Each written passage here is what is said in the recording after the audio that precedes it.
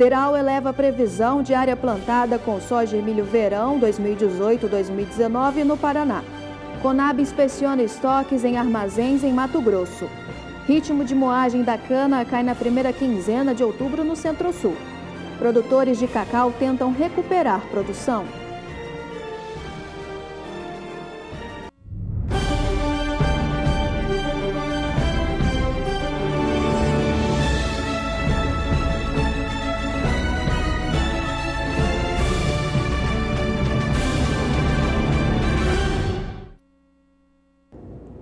Olá para você, ligado na programação do Canal do Boi, está no ar a segunda edição da Agricultura BR. Olá, Carla. Olá, Ju, boa tarde para você que está acompanhando a programação do Canal do Boi. Vamos começar falando sobre dólar.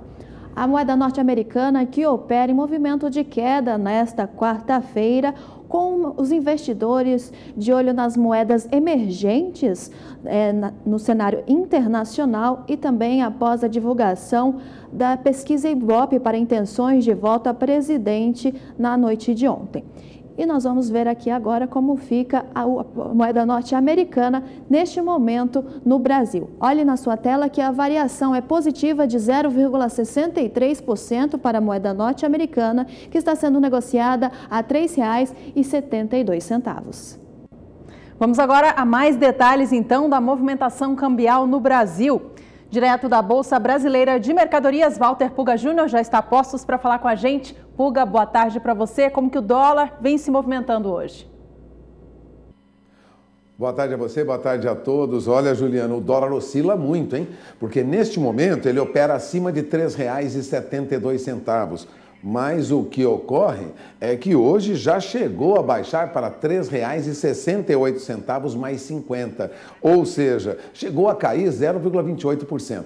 Vamos lembrar que logo pela manhã, na transmissão, quem acompanhou a transmissão aqui da Bolsa Brasileira de Mercadorias para o Bom Dia Produtor, nós tínhamos já o dólar abrindo em alta, então o dólar já subia para 13,71. Em seguida desabou, voltou à faixa de 13,68 e agora passa de R$ 3,52. O que ocorre é o seguinte, os investidores têm em mãos a última pesquisa do Ibope com intenções de voto para presidente da República, que foi divulgada ontem, terça-feira. A sondagem indica que o candidato do PSL, Jair Bolsonaro, segue na liderança da disputa, mas sua vantagem em relação ao adversário recuou dentro da margem de erro de 2 pontos percentuais.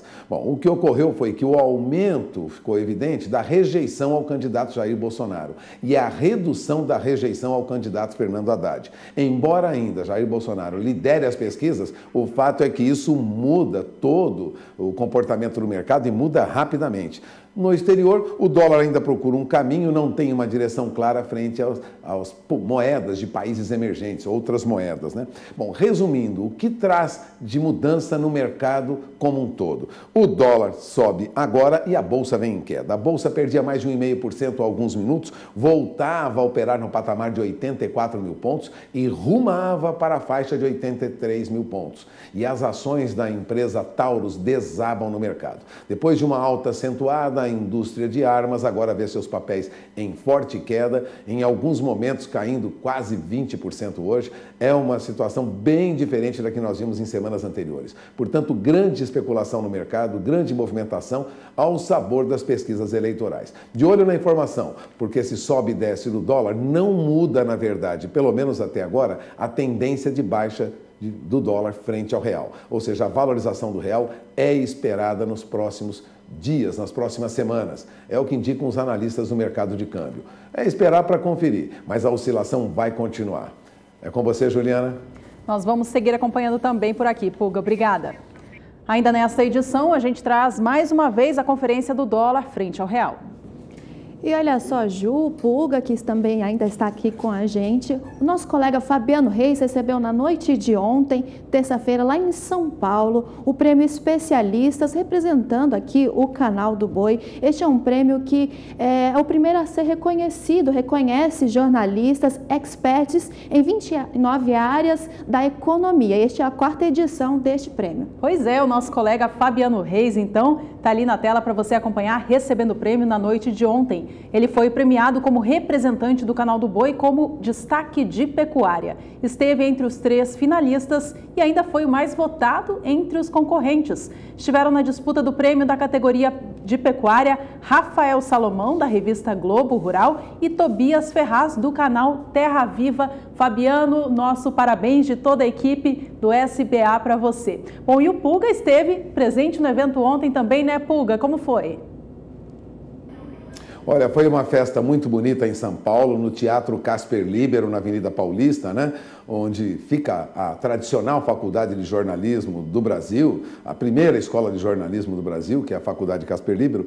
Lá no teatro da faculdade é que foi realizado o evento. O evento, na verdade, é uma premiação para os 29 áreas, são áreas específicas da economia, né? Entre elas a pecuária, a agricultura, setor farmacêutico, de saúde. São reconhecidos neste mercado os especialistas, jornalistas especialistas. E Fabiano Reis foi indicado para a pecuária junto com outros colegas e recebeu a votação de destaque, porque além de ter sido premiado entre os 3 indicados por 60 mil jornalistas de todo o país, ele foi premiado por uma escolha de público, ou seja, entre os 3 que foram premiados, ele teve o destaque.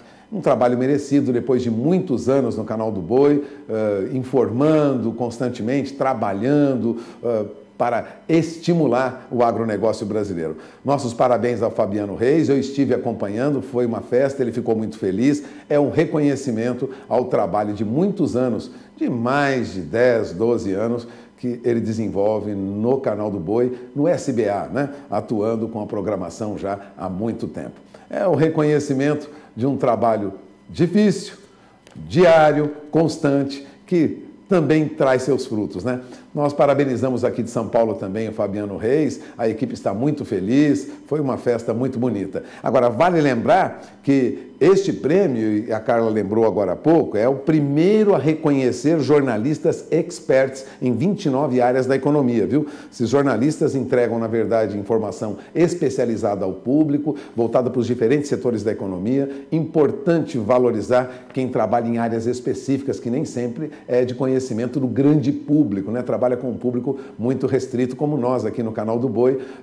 Não temos uma audiência em todos os lares brasileiros, nem seria o nosso trabalho esse. Mas para quem atua no agronegócio, para quem atua em outros setores da economia, é um reconhecimento do Centro de Estudos da Comunicação, que, aliás, publica uma revista chamada Negócios da Comunicação.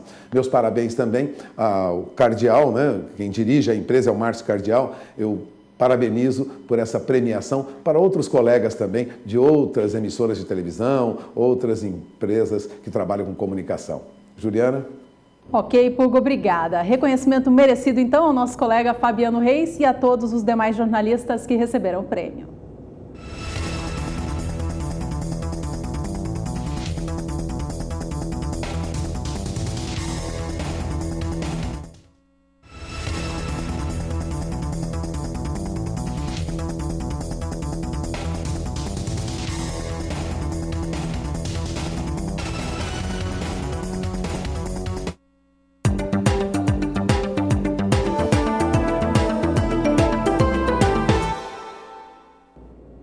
Atenção para os valores pagos pela saca da soja nos principais portos do Brasil, Porto de Santos e Paranaguá. Valores apurados nesta quarta-feira pela Grãos Corretora.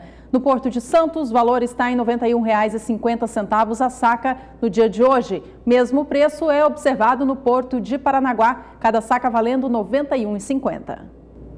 De acordo com dados do IMEA, o Instituto Mato Grossense de Economia Agropecuária, o estado de Mato Grosso, após uma produção recorde na safra 2017-2018, deve apresentar uma queda na produção no próximo ciclo. Você vê na sua tela os dados que o IMEA trouxe sobre a safra de soja no Mato Grosso, qual a produção em 2017-2018 foi de 32 milhões e 500 mil toneladas de soja. Na próxima safra 2018-2019, a expectativa do IMEA é que seja de uma produção de 32 milhões e 300 mil toneladas. O potencial de exportação no estado permanece em 19 milhões e 100 mil toneladas, praticamente igual à da safra anterior.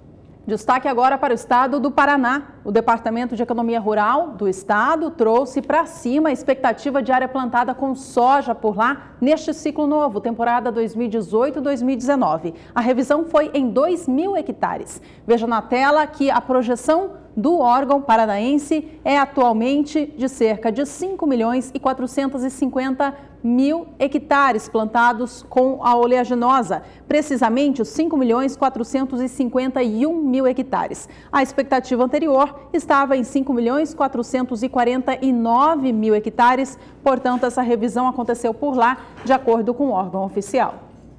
E a previsão de rendimento da soja foi mantida enquanto a produção apresentou um aumento em comparação à estimativa anterior. Você vê na sua tela os dados que o DERAL trouxe, dizendo que a previsão de rendimento ficou mantida em 3.596 quilos por hectare. O DERAL aumentou sua projeção de produção de 19.596.000 para 19.602.000 toneladas, o que representa um aumento de 3% na comparação com o ciclo anterior. O plantio no estado já atingiu 59% da área prevista.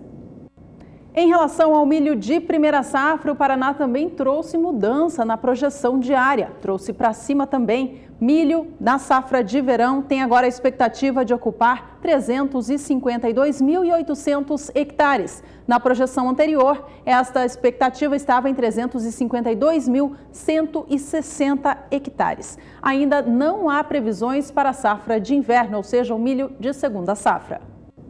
Em relação ao rendimento de milho e à produção de milho, as estimativas baixaram. Veja na sua tela as estimativas que o DERAL trouxe sobre o rendimento e a produção de milho no estado do Paraná. O DERAL reduziu a projeção de produtividade de 9.133 quilos para 9.052 quilos por hectares. Com isso, a expectativa de produção passou de 3.216.000 toneladas para 3.194.000 toneladas, o que ainda representa um aumento de 11% na comparação com o ciclo 2017-2018. A semeadura de milho primeira safra no estado do Paraná já alcançou 90% da área prevista.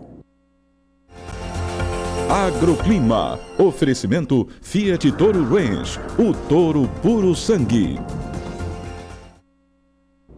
É hora de previsão do tempo por aqui. Vamos saber com a Ju Rezende, da Somar Meteorologia, como o clima se comporta para as áreas que estão fazendo semeadura de soja. Ao vivo de São Paulo, ela participa com a gente. Boa tarde, Juliana. Olá, muito boa tarde, Juliana. Boa tarde a todos que nos assistem. Olha, tem previsão de chuva para as principais áreas produtoras de soja no decorrer dos próximos dias. E, inclusive, tem previsão até de chuva mais forte entre áreas do centro-oeste e do sudeste ainda ao longo desta semana. Isso porque a passagem de uma frente fria pela costa do Brasil, mais a formação de uma área de baixa pressão no interior do continente, acabam potencializando essas áreas de instabilidades. Por isso, tem risco até para temporais entre áreas do Mato Grosso do Sul, Minas Gerais, com elevados volumes de água. Pode chover em torno de 70 até 100 milímetros em poucos dias nessas áreas produtoras de soja. Essa chuva toda consegue aumentar bastante as condições de umidade do solo, mas, por outro lado, acaba inviabilizando o andamento das atividades de plantio da soja na região. Conforme a chuva vai seguir forte na região central do país, perde força nas áreas mais ao sul e também na principal fronteira agrícola do Brasil, Matopiba. Essa chuva ela só vai durar ao longo desta semana, chuva mais pesada em forma de temporais,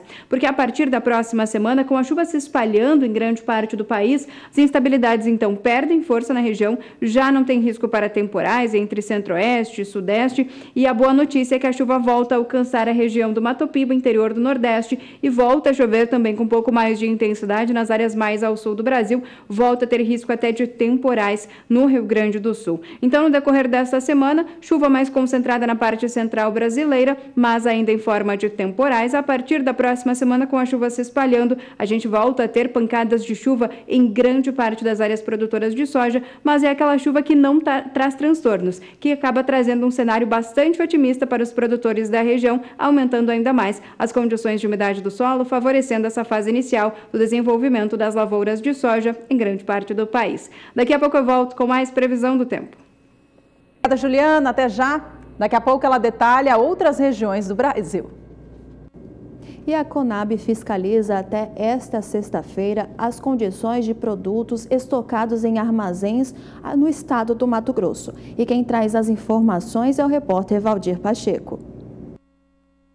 A Companhia Nacional de Abastecimento, Conab, fará até sexta-feira, dia 26, as operações de fiscalização para inspecionar as condições dos produtos estocados em suas unidades armazenadoras próprias e também de terceiros em Mato Grosso. As ações tiveram início no dia 15 e ocorrerão em 65 unidades armazenadoras, também em Minas Gerais, Paraná e São Paulo. Entre os principais objetivos desta operação estão apurar as condições de qualidade e quantidade dos estoques e avaliar a situação técnico-operacional das unidades armazenadoras depositárias. Ao todo, serão inspecionados mais de 770 mil toneladas de produtos como arroz, café, milho, trigo, sacarias e diversos produtos beneficiados ou manufaturados. Esta é a 8ª etapa de fiscalização dos estoques públicos realizada pela Conab no país. Desde a primeira etapa foram inspecionados mais de 3,4 milhões de toneladas de produtos. Após as diligências, quando são encontrados possíveis desvios, além dos processos administrativos, os casos são encaminhados à Polícia Federal, Ministério Público da União, Receita Federal e Secretaria da Fazenda do Estado. Nos casos relativos a perdas em armazéns próprios, são repassados para as superintendências de armazenagem e de logística da Conab para providências. Já para os armazéns de terceiros, a companhia realiza as devidas cobranças administrativas. Valdir Pacheco para o SBA, Sistema Brasileiro do Agronegócio. De olho agora na cotação da soja no mercado futuro, que vem caindo também nesta quarta-feira. Vamos aos números em tempo real, então. Veja que os contratos com vencimento em novembro operam a $8,51 mais 6 por bushel. Vencimento de janeiro do ano que vem a $8,65 mais 2. A posição de março de 2019 negocia o bushel da soja agora em Chicago a $8,78 mais 6 e a posição de maio a $8,93 mais 2. Todas as posições perdem pelo menos 5 centes de dólar no momento. Nós vamos para um rápido intervalo comercial, mas no próximo bloco você vai ver que o ritmo da moagem de cana-de-açúcar caiu na primeira quinzena de outubro na região Centro-Sul. E ainda hoje uma reportagem a respeito de como mensurar o pasto para saber quantos animais cabem nele. Mas antes, fique com o Momento Fosfosal. Com Fosfosal, o meu gado melhorou, o meu lucro aumentou e a vida sossegou. Bem-vindo à segunda temporada do Momento Fosfosal, o multimineral injetável que estimula o seu rebanho nos momentos de desafio da sua propriedade. E para essa temporada, preparamos para você uma série de depoimentos de pecuaristas por todo o Brasil que usaram e comprovaram a eficácia de Fosfosal, aumentando a lucratividade da fazenda. Acompanhe no vídeo. Aqui a gente usa o Fosfosal no pós-parto e no desmame das bezerras.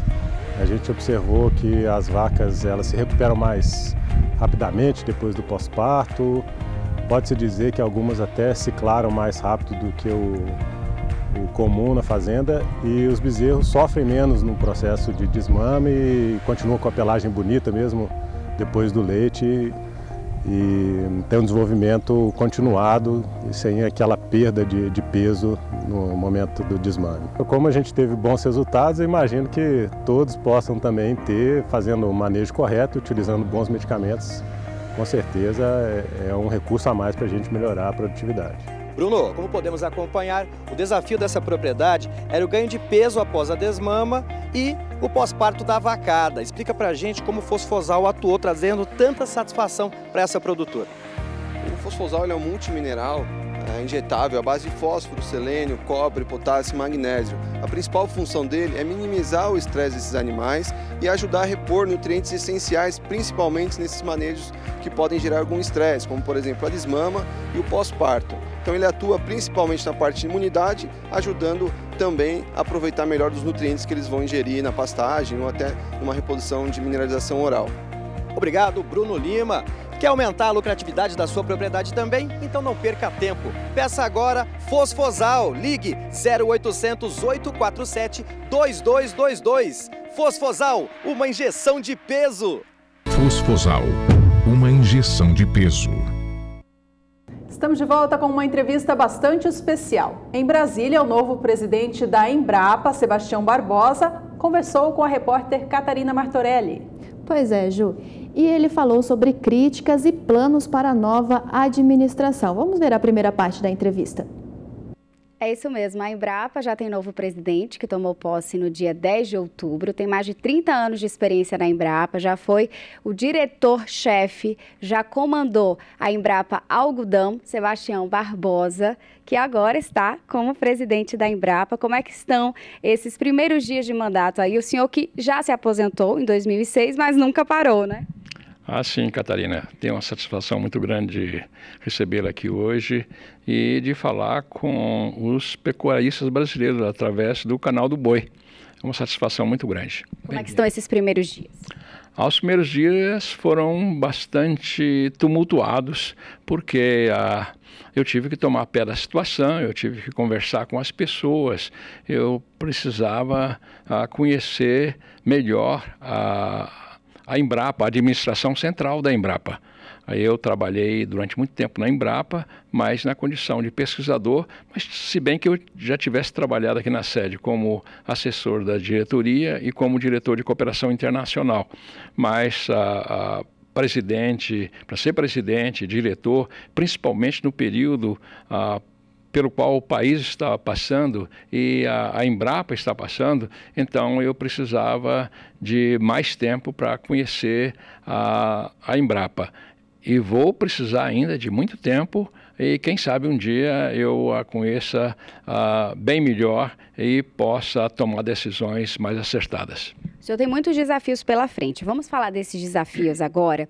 Um deles seria essa reaproximação com o setor produtivo, já que os produtores sentem a Embrapa um pouco afastada do dia a dia deles? Isso é mais do que um desafio. É um desafio importante, mas é uma instrução direta de nosso ministro da Agricultura. O ministro Blairo Maggi, ele nos fez essa recomendação direta, essa instrução para a gente se aproximar ainda mais do setor produtivo. Então, esse é um desafio maior que vamos ter que enfrentar. E a Embrapa tem uma história, tem uma tradição de trabalhar junto com os agricultores, para conhecer os problemas dos agricultores e para desenvolver sua programação de pesquisa para resolver esses problemas. Então, esse trabalho da Embrapa começa com o agricultor, ao conhecer os problemas dele, com o pecuarista, e termina quando nós encontramos, trabalhando junto com os agricultores, uma solução para os problemas que eles estejam enfrentando. Um outro problema muito sério, o Brasil está num momento muito difícil, né? Apenas 3% são investidos em pesquisa e desse tanto, 80% para a folha de pagamento. O senhor acredita que uma solução para isso seria que a Embrapa deixasse essa personalidade de empresa de estatal para se tornar uma empresa de direito privado? Seria uma solução? Talvez não de empresa de direito privado, mas há outras opções que nós precisamos de analisar. Precisamos discutir com o nosso ministro da Agricultura, que é o nosso chefe maior, e com o novo governo que vai se instalar em janeiro, a gente considerar diferentes opções que tenhamos. Mas não há nenhuma decisão sobre qual modelo que nós vamos seguir. Nós temos que considerar várias opções. Vamos falar de tecnologia, embora estamos falando de tecnologia aqui o tempo inteiro, né? Estamos falando da Embrapa. O setor privado de pesquisa ele tem avançado bastante. A Embrapa, como fazer com que a Embrapa consiga alcançar o setor privado, já que ele está à frente em muitas pesquisas, sobretudo na questão da pecuária? É uma opinião sua que esteja à frente. Nós estamos juntos e nós, se não estamos juntos, nós temos que apertar o passo para chegarmos juntos. A Embrapa hoje, felizmente, não é mais como quando a Embrapa se iniciou. Aqui ela estava quase que só. Havia as universidades, havia os sistemas estaduais, havia um setor privado ainda em formação. E hoje nós temos um setor privado muito pujante, muito ativo e muito desenvolvido. Isso requer ainda mais criatividade por parte da Embrapa. Mas o setor, esse setor de pecuária é muitíssimo importante para o Brasil, muitíssimo importante para a Embrapa. E eu acho que todos os pecuaristas do Brasil entendem o trabalho que a Embrapa fez. Em termos de nutrição animal, em termos de melhoria das pastagens, em termos de melhoria da sanidade de nosso rebanho e introduzindo muitas práticas modernas de manejo dos rebanhos, das pastagens e da propriedade de maneira geral. Então, eu acho que eu tenho certeza que nós estamos juntos com o pecuarista. Alguns deles estão muito antenados, inclusive com áreas de produção de carne e de leite, derivados dos países mais avançados do mundo. Olha, isso é ótimo.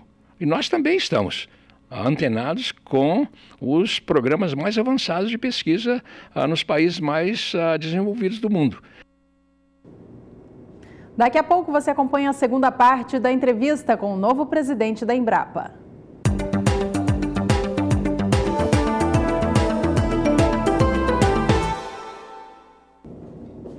A única União da Indústria de Cana-de-Açúcar divulgou hoje, quarta-feira, o relatório quinzenal da safra 2018-2019 da cana-de-açúcar na região Centro-Sul e mostrou que nesta região houve uma queda de ritmo para a moagem de cana-de-açúcar. Você vê na sua tela os dados que a Única trouxe sobre o processamento da cana-de-açúcar e que mostra que a quantidade de cana-de-açúcar processada na região Centro-Sul totalizou 25.590.000 toneladas na primeira quinzena de outubro. Valor inferior 21,32% aos 32.520.000 toneladas apuradas no mesmo período da safra anterior. Vamos agora aos números do acumulado da safra, temporada 2018-2019, que começou a ser contabilizada no dia 1º de abril. De lá para cá, de acordo com a Única, o volume total chegou a 483.560.000 toneladas, portanto abaixo em relação ao montante que foi processado no mesmo acumulado da safra passada, que passou de 501 milhões de toneladas. O motivo da retração foram as chuvas constantes nas regiões produtoras da região Centro-Sul durante o mês, além da redução do ritmo de moagem diário em diversas unidades, devido à oferta escassa da cana neste ciclo. E ainda segundo os dados deste relatório quinzenal da Única para a safra 2018-2019 da cana-de-açúcar, a produção de açúcar e etanol também apresentou queda. Você vê na sua tela os dados da produção na região sul na primeira quinzena de outubro e mostra que a produção de açúcar somou 1.120.000 toneladas na primeira metade de outubro, com expressiva queda de 43,83% sobre o resultado igual ao período da safra 2017-2018. Por sua vez, a produção de etanol reduziu apenas 6,62%, alcançando 1.480 bilhões de litros. Esses números retratam o maior direcionamento da matéria-prima processada para a fabricação de etanol. Agroclima. Oferecimento Fiat Toro Range, o touro puro sangue. Voltamos a falar com a Juliana Rezende, da Somar Meteorologia, agora para saber mais detalhes sobre a previsão do tempo para as áreas produtoras de cana-de-açúcar do Brasil. Ela, ao vivo de São Paulo, traz as informações. Juliana. Olha, Juliana, tem previsão de chuva em grande parte das áreas produtoras de cana-de-açúcar do centro-sul do país. Essas instabilidades durante os últimos dias, elas vêm ficando um pouco mais concentradas na região sul, São Paulo, Mato Grosso do Sul. As chuvas que aconteceram no estado de Goiás nos últimos dias também conseguiram recuperar as condições de umidade do solo e as áreas mais ao sul mineiras também já tiveram esse aumento na água disponível no solo da região, beneficiando então grande parte das lavouras de cana-de-açúcar que estão em fase de desenvolvimento ainda. No decorrer desses próximos dias e ao longo dessa semana, até o dia 29 de outubro, tem previsão de fortes episódios de chuva entre o centro-oeste e o sudeste. Os acumulados vão seguir bastante elevados, alcançando de 70 milímetros no Mato Grosso do Sul até 100 milímetros no estado de Minas Gerais. Então é bastante chuva para um curto período de tempo. Essa chuva pode vir em forma de temporais e toda essa chuva ainda segue associada por conta dos ventos em altitude, mais a formação de uma área de baixa pressão no interior do continente. Essa chuva ela só deve durar ao longo dessa semana, isso de forma mais expressiva e volumosa, porque a partir da semana seguinte a chuva perde força na parte central do país. As pancadas que aconteceram agora são mais fracas, não acabam trazendo mais transtornos para o andamento da colheita e moagem dos canaviais da região, e a chuva volta a migrar para as áreas mais ao sul brasileiras. O Rio Grande do Sul é que volta a garantir novos episódios de chuva mais intensa e novos riscos também para temporais. Até pelo menos o dia 8 do mês de novembro tem previsão de chuva na grande parte das áreas produtoras de cana-de-açúcar do centro-sul do país, mas não vai ser aquela chuva tão intensa, são pancadas mais fracas. Por alguns momentos a chuva até traz um cenário de paralisação em relação ao andamento da colheita e moagem das lavouras em pontos do sudeste e centro-oeste, mas de forma geral essa chuva beneficia bastante as lavouras que estão em fase de desenvolvimento, porque é uma chuva mais persistente que aumenta ainda mais as condições de umidade disponível no solo nas principais áreas produtoras de cana-de-açúcar do centro-sul do Brasil. Daqui a pouco eu volto com mais previsão do tempo. Combinado, Juliana? Obrigada, até já. E olha só, como mensurar a pastagem, os pastos, para saber quantos animais cabem em cada piquete? Para responder essa pergunta, nós vamos ver na reportagem de Valdir Pacheco, que acompanhou o workshop Gestão Global, que foi realizado no estado do Mato Grosso.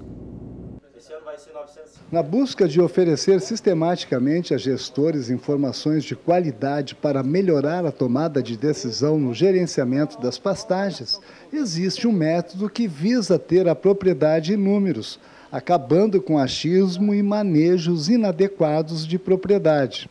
Após 2 dias de aulas teóricas, os participantes vieram a campo, aqui na Fazenda Platina, em Santa Carme, no norte de Mato Grosso, conhecer na prática o método gerente de pasto. Na dinâmica de campo, foi mostrado como mensurar o pasto por metro quadrado para cada unidade animal para determinar a capacidade de suporte. No treinamento a gente recomenda, em termos de matéria verde, por metro quadrado, em torno de 500 gramas de capim por metro quadrado para cada unidade animal que eu tenho no meu pasto. Então aqui ele está verificando em loco o que é essas 500 gramas, né? Aproveitando também o aspecto qualitativo do pasto, que é o pasto estar dentro do ponto de pastejo ou fora do ponto de pastejo, como é um pasto passado ou um pasto batido, né? Avalia também a questão da avaliação de altura, como é que se obtém a altura média do pasto. O aluno é treinado nesse sentido aqui. E implicações práticas também como relacionadas à área de pastagem em si, que é bebedouro, como é que se determina uma área de pastagem, o que se determina isso, áreas de coxo, que tudo está ligado ao contexto de área de pastagem. Pastagem não é só o pasto em si, é a cerca, é o bebedouro, é todo esse dimensionamento que faz a coisa acontecer, efetivamente a campo. Então, essa é nosso desafio, a nossa meta, nosso objetivo é parar de falar o pasto está bom, o pasto está ruim. O pasto está bom porque ele tem determinada lotação em função da quantidade de oferta que eu tenho ali naquele pasto, a quantidade de capim que eu tenho nesse pasto e qual que é a produtividade que eu vou ter em função disso aí. Parar com o conceito do pasto está bom, o pasto está ruim. E tem números que se determinam isso. Isso já acontece hoje na pecuária com vários segmentos. Por exemplo, na cria, um processo de ATF, ele só é qualificado como bom ou ruim em função do número. O ganho de peso no confinamento é a mesma coisa, ele só é qualificado como bom ou ruim em função de número. Na pastagem a gente quer também seguir essa lógica, né? Baseada, pautada em números. Porque daí a gente acredita que a tecnologia vai ser efetivamente colocada a campo. As pessoas, a gente vai conseguir abranger mais técnicos a campo e praticando nessa metodologia que é o gerente de pasta, o método gerente de pasta. O método visa também controlar o manejo das pastagens independente do tamanho da propriedade, através da implantação de um aplicativo para celular ou software para PC. Porque hoje a grande dificuldade do pecuarista é chegar na frente de uma área de pastagem e falar quantas cabeças de gado eu posso pôr aqui de tantos quilos e deixar por tantos dias para exercer aquela lotação correta, tá? Para não deixar o pasto passar do ponto de colheita e também não bater exageradamente. Então, imagina a grande dificuldade disso, a gente está falando de uma área só. Imagina uma fazenda que tem 50, 100 áreas de pastagens. Como que ele vai ter essa dinâmica toda, enxergando a fazenda em números e tendo essa gestão de pastagem bem executada? Então nós, gerente de pasto, desenvolvemos um software, um aplicativo, tá? Por trás desse software tem um método que permite fazer essa gestão de forma ampla, de forma global e eficiente dentro da fazenda. A prática de campo foi realizada na fazenda do produtor Juliano Antonioli. É muito importante hoje, tanto na agricultura quanto pecuária, o produtor se adequar às novas tecnologias e utilizá-las de forma com que ele saia do achismo, né? Ele achar que está produzindo, ele achar que tem capacidade e começar a mensurar. E esses aplicativos, essas plataformas, essa metodologia, quando ela entra para dentro da fazenda, a gente consegue ter certeza do que a gente está fazendo. Isso ajuda a gente a traçar novas metas, porque a gente não vai mais se basear em opiniões ou ideias de vizinhos, como é muito comum na agropecuária. E sim nos números reais que a fazenda está apresentando. Então é muito importante a gente fazer essa coleta de dados aí, mensurar o que a gente produz, o que a gente tem de custo, para saber para onde a gente quer ir. Porque sem os números é complicado a gente saber para onde a gente vai. Valdir Pacheco para o SBA, Sistema Brasileiro do Agronegócio. E nós vamos para o intervalo comercial, mas no próximo bloco você vai conferir um congresso sobre café que reúne principais novidades tecnológicas do setor. E tem ainda a segunda parte da entrevista com o novo presidente da Embrapa. Mas antes você vai ficar com o Momento Fosfosal. Voltamos já! Vamos aumentar esse som, que é hora de despertar. Tomar um café quentinho e pra lida trabalhar. A maior preocupação é com a minha produção. Pro meu gado melhorar, eu encontrei a solução. Aumento do índice de prenhez das vacas e ganho de peso nos touros. Foi em vacas que a gente fazia IATF para inseminação artificial. E os touros que a gente leva para leilão, faz o leilão anualmente, né? A gente participa dos leilões e faz leilão também. Fosfosal você encontra aqui, na Agrícola Cachimbo, Avenida Ariosto da Riva, número 1455, Alta Floresta e região. Telefone 3521-2644. Venha conferir nossas ótimas condições de Fosfosal. Fosfosal, uma injeção de peso. Pensa num produto bom! Fosfosal, uma injeção de peso. Na segunda parte da entrevista do novo presidente da Embrapa, Sebastião Barbosa, a repórter Catarina Martorelli o questiona a respeito do futuro da empresa, tendo vista o novo governo, que vai assumir a presidência em janeiro de 2019. Essa parceria com o setor privado realmente seja uma grande solução para aumentar os investimentos em tecnologia. Por exemplo, hoje em pecuária, as pesquisas que mais avançam são aquelas que têm a parceria com o produtor, que pode financiar parte dessa pesquisa. Eu não tenho dúvida nenhuma que parceria é a palavra mágica para todos nós. E não é só para trabalhar com pecuarista, é para trabalhar com o agricultor, com o pecuarista, com o produtor de produtos florestais. Não existe atividade que a Embrapa faça que ela possa ser bem-sucedida trabalhando isoladamente. Nós temos sempre que buscar a parceria. E, felizmente, no caso de pecuária, essa parceria é muito avançada. E nós temos um respeito profundo pelas companhias, pelas empresas privadas que trabalham nesse setor. Nós não podemos deixar de fazer o nosso trabalho, porque o nosso trabalho não visa apenas o lucro, visa também desenvolver aspectos de produção agropecuária, nesse caso de desenvolvimento da pecuária, que interessam a uma gama muito grande de agricultores. Há pequenos agricultores também, produtores de carne, de leite, que dependem de tecnologia da Embrapa, que é um pouco diferente da tecnologia que existe mais avançada no Brasil e que deu essa pujança muito grande e colocou o Brasil como o maior exportador de carne. Quer dizer, então, a parceria é muitíssimo importante para esse processo ter continuidade, porque a ciência e tecnologia e inovação são processos dinâmicos e a gente nunca pode parar no tempo. Então, a gente fortalecendo as parcerias, a chance de alcançarmos o objetivo e o Brasil continuar na liderança mundial na produção de carne e outros derivados da produção animal, isso é muitíssimo importante. A Embrapa hoje tem mais de 3.000 pesquisadores, né? E muitas dessas pesquisas, elas não andam por conta da questão burocrática. Como melhorar isso nessa sua gestão? Na verdade, estamos trabalhando já intensamente para desburocratizar. E nós temos um exemplo muito grande em nossa instituição mãe, que é o Ministério da Agricultura, o MAPA, que tem um programa AgroMais, que é exatamente para desburocratizar as ações do Ministério da Agricultura. Nós temos instruções, de novo, para desburocratizar, para fazer com que os pesquisadores, os empregados da Embrapa tenham mais agilidade para enfrentar as situações apresentadas pelos agricultores e buscar da maneira mais célere possível os resultados. Então, nós somos contra a burocracia e temos que buscar maneiras, sempre seguindo as normas estabelecidas por nossos órgãos reitores para chegarmos ao objetivo final, que é trabalhar diretamente com o agricultor e buscar soluções para os problemas que eles enfrentam. Presidente, a Embrapa hoje ela tem 42 unidades descentralizadas, né? E a partir de 1990 começou a criar os laboratórios virtuais. Hoje tem na Ásia, tem nos Estados Unidos, tem na França. Como é que o senhor pretende trabalhar essa questão internacional, que é muito importante para a tecnologia brasileira? É muitíssimo importante.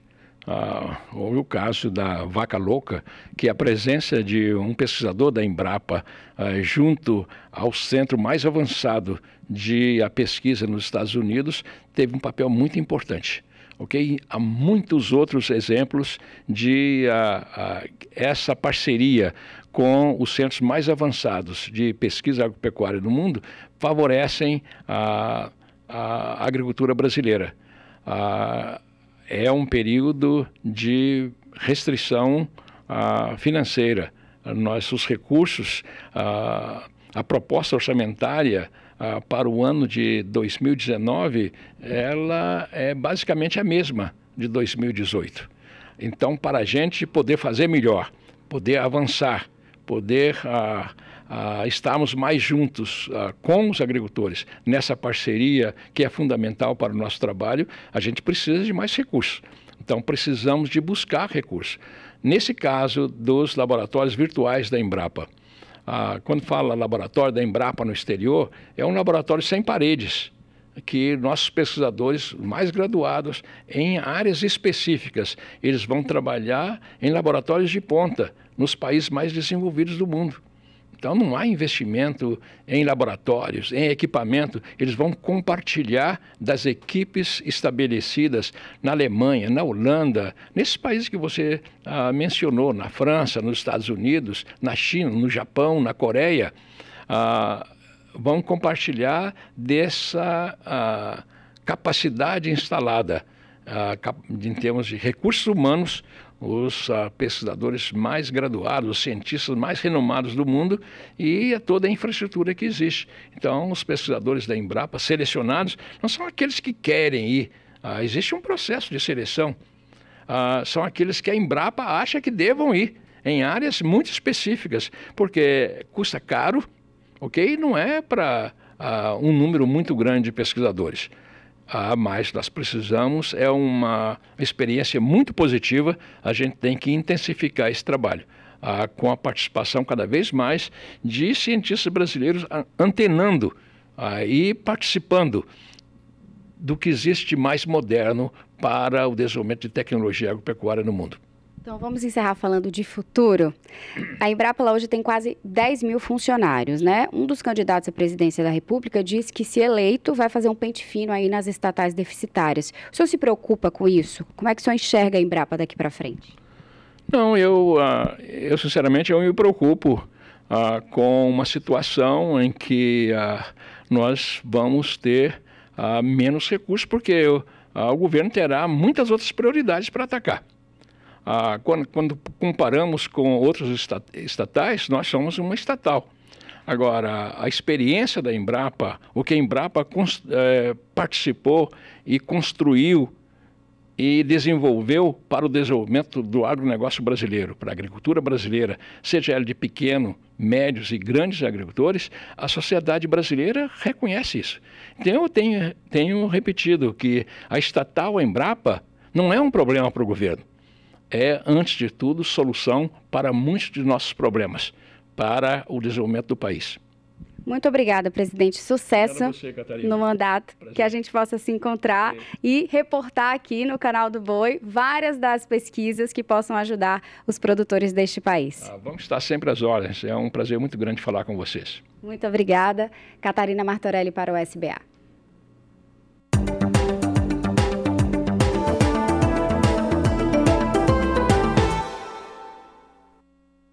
E começou ontem e segue até sexta-feira em Franca, interior de São Paulo, a 44ª edição do Congresso Brasileiro de Pesquisas Cafeeiras, que reúne as novas tecnologias para o setor. E quem traz as informações é o repórter Gustavo D'Angelo. Com o tema Nosso Café Melhorado Desde o Pé, o 44º Congresso Brasileiro de Pesquisas Cafeeiras tem por objetivo principal promover e transferir novidades tecnológicas para o setor cafeeiro por meio da apresentação de resultados de pesquisa e inovações da cafeicultura.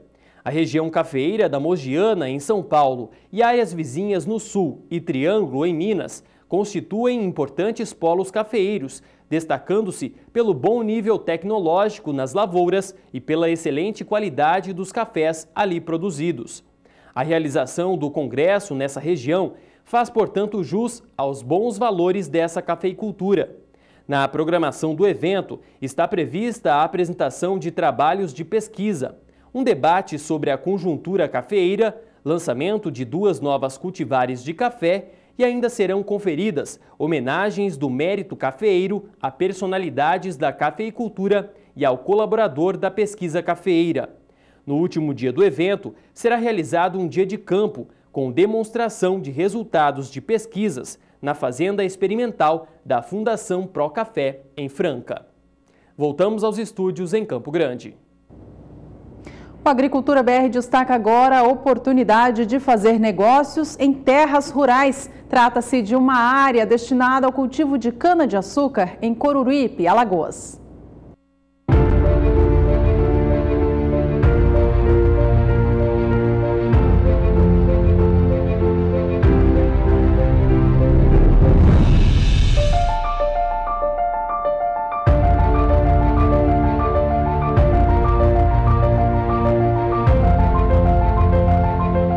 A expectativa para a safra 2018-2019 de cana é positiva para os alagoanos. E aqui surge uma grande oportunidade para você investir na produção sucro-alcooleira no estado de Alagoas, através do leilão judicial da massa falida Lajinha Agroindustrial, Unidade Guaxuma. A unidade está em uma área de 17.154 hectares, localizada no município de Coruripe, em Alagoas. A segunda praça será no dia 30 de outubro de 2018, às 14 horas de Brasília, com deságio de 50% do valor da avaliação. Estas praças serão realizadas no auditório da Superbid, na Avenida Engenheiro Luiz Carlos Berrini, número 105, no 4º andar, em São Paulo. Este imóvel da Lajinha Agroindustrial está livre de quaisquer ônus e você terá toda a garantia jurídica. Se você quiser mais informações, é só entrar em contato diretamente pelo telefone 0 operadora 11 4950 9660 ou pelo endereço eletrônico canaljudicial.com.br/Guaxuma.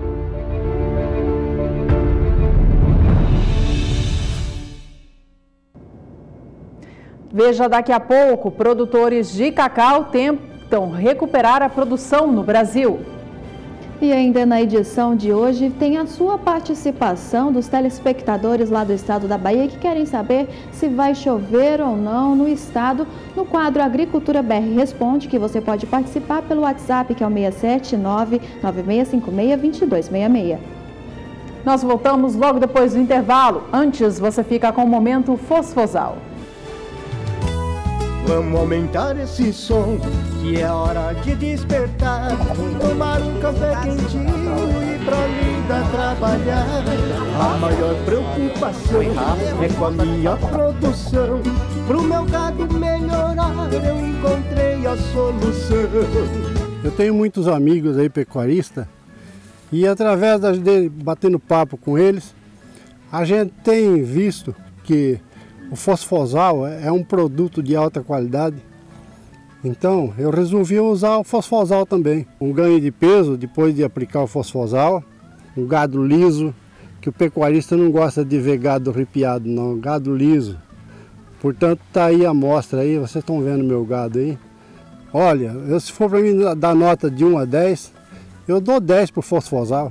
O fosfosal você encontra aqui na Agrícola Cachimbo, de Carlinda, Mato Grosso, na Avenida Tranquedo de Almeida Neves, número 140, com o telefone fixo 66-3525-1267. Venha para cá fazer uma visita para a gente, tomar um cafezinho. Fosfosal, uma injeção de peso. Pensa num produto bom! Fosfosal, uma injeção de peso. Agricultura BR de volta. Atenção para os destaques da fruticultura.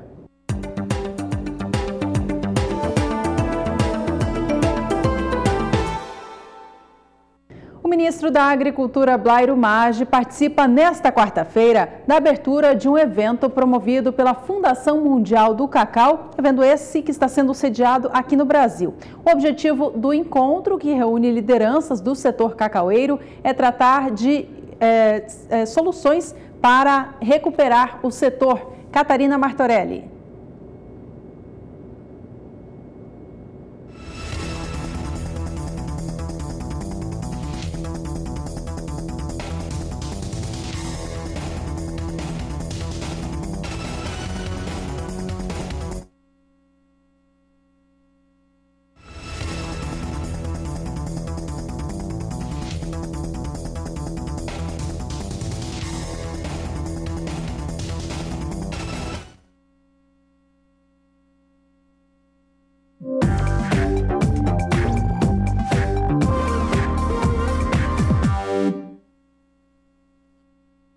Agora nós vamos para o quadro Agricultura BR Responde, que você espera muito na sua casa e a gente espera muito aqui porque a gente gosta muito de responder você, telespectador. E os telespectadores que mandaram uma pergunta conjunta veio lá da Bahia. Que você vê aí na sua tela é o Célio e a Edna do município de Iraquara e eles dizem: boa tarde, gostaríamos da previsão do tempo para Iraquara até dezembro. Estamos ligados no programa do meio-dia. Um abraço para vocês. Um abraço para o pessoal aí do município de Iraquara e da Bahia que está sempre participando aqui com a gente. É verdade, a Bahia sempre ligada aqui no canal do Boi. Vamos saber dos destaques então com a Juliana Rezende da Somar Meteorologia. Juliana, tem como trazer essa previsão estendida até dezembro para eles?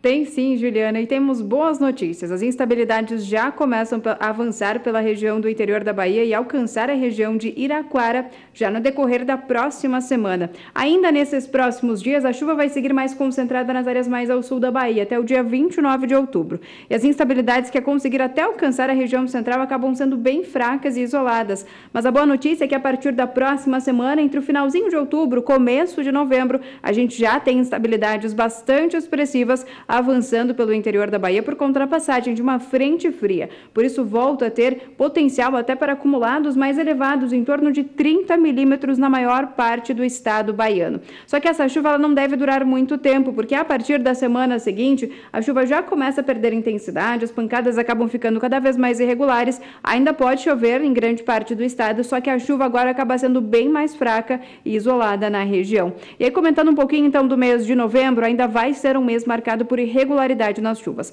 Vamos ter ainda alguns episódios de chuva, só que essa chuva que acontecer vai ainda ser mais fraca, com baixos acumulados, e ainda vamos ter períodos de tempo mais seco intercalado com esses episódios de chuva. Dezembro é que promete ser um mês um pouco mais favorável para o acontecimento das chuvas mais regulares na região de Iraquara, no interior da Bahia. Expectativa, então, de um novembro ainda com bastante regularidade nas chuvas, mas dezembro já se mostra um mês com chuvas mais persistentes, frequentes na região, garantindo um cenário bastante otimista para a área produtora da região de Iraquara. Daqui a pouco eu volto com mais previsão do tempo.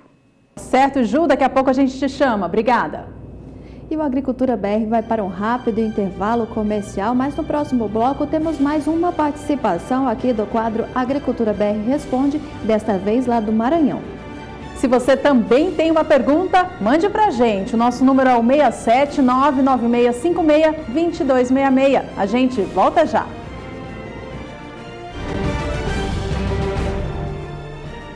A participação de agora vem lá do Maranhão.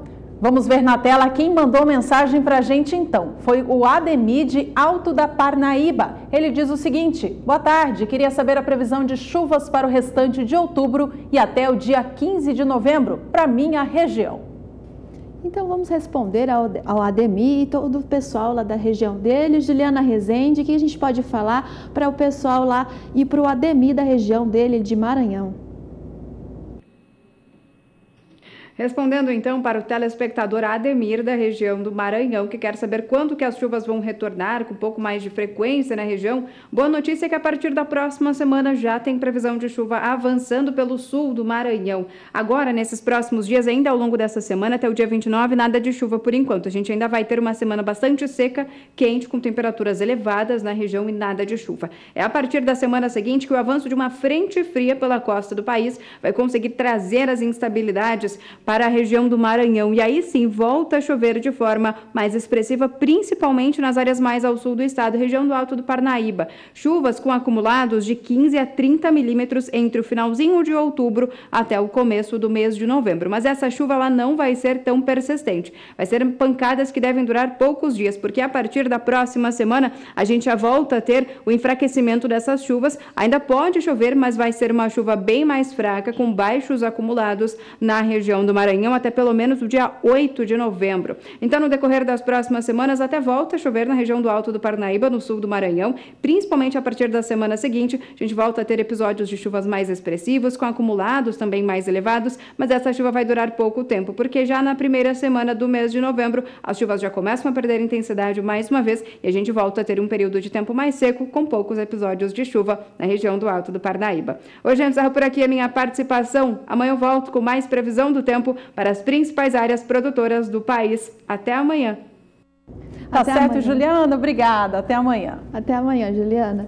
E nós vamos para um rápido intervalo comercial, mas no próximo bloco você vai conferir que produtores de cacau tentam recuperar a produção. E no próximo bloco também os números finais do Agricultura BR de hoje. O ministro da Agricultura, Blairo Maggi, participa nesta quarta-feira da abertura de um evento promovido pela Fundação Mundial do Cacau, que está sendo sediado aqui no Brasil. O objetivo desse encontro é debater as ações voltadas ao setor cacaueiro. Catarina Martorelli. O Brasil hoje tem 60 mil produtores de cacau. Quase 100% estão localizados na Bahia e no Pará. A produção é voltada para o mercado interno para a fabricação de chocolate e cosméticos. Este ano, a produção de cacau no país deve ficar em torno de 150 mil toneladas. Segundo a Câmara Setorial da Cadeia Produtiva do Cacau, o período ainda é de recuperação. Em 2015 e 2016, a estiagem comprometeu bastante a produção, mais do que no período da vassoura de bruxa. A produção da Bahia, historicamente, estava girando em torno de 130 mil toneladas, né, e aí a gente passou, a partir de 2017, para produzir menos de 90 mil. Então, esse é um número baixíssimo, menor, inclusive, do que no auge da vassoura nós chegamos a produzir 99 mil toneladas em 1999. Então, a produção de 2017 foi ainda pior do que essa produção. As questões climáticas realmente impactaram na produção de cacau, mas segundo o setor, nada se compara aos prejuízos com endividamento. Só na Bahia, os produtores têm um endividamento que chega em torno de R$1 bilhão. É o problema mais crônico que nós temos no sul da Bahia, é justamente o endividamento. Portanto, na hora que a gente resolveu o problema do endividamento e a gente ter acesso às novas linhas de crédito, que nos habilita a novas linhas de crédito, sem dúvida alguma, a cacauicultura do sul da Bahia vai deslanchar como deve e atender a demanda, que é muito grande do nosso cacau. O setor acredita que em 2019 haja de fato uma recuperação mais sólida, mas o objetivo mesmo é colocar o cacau do Brasil no mercado externo. Catarina Martorelli para o SBA. Números finais do Agricultura BR dessa edição, vamos dar uma rápida olhada na soja em Chicago, que vem operando com queda nesta quarta-feira. A posição de novembro segue com baixa, próximo aos 8,50. Todas as demais também caem entre 5 e 6 centes de dólar por bushel. Vamos também ver rapidamente como opera a moeda norte-americana neste momento no cenário nacional. O dólar comercial no Brasil está em alta de 0,55%, com a moeda norte-americana sendo negociada a R$ 3,71 mais 7. Com essas informações, nós encerramos esta edição do Agricultura BR, agradecendo a sua companhia. Obrigada pela companhia e até amanhã.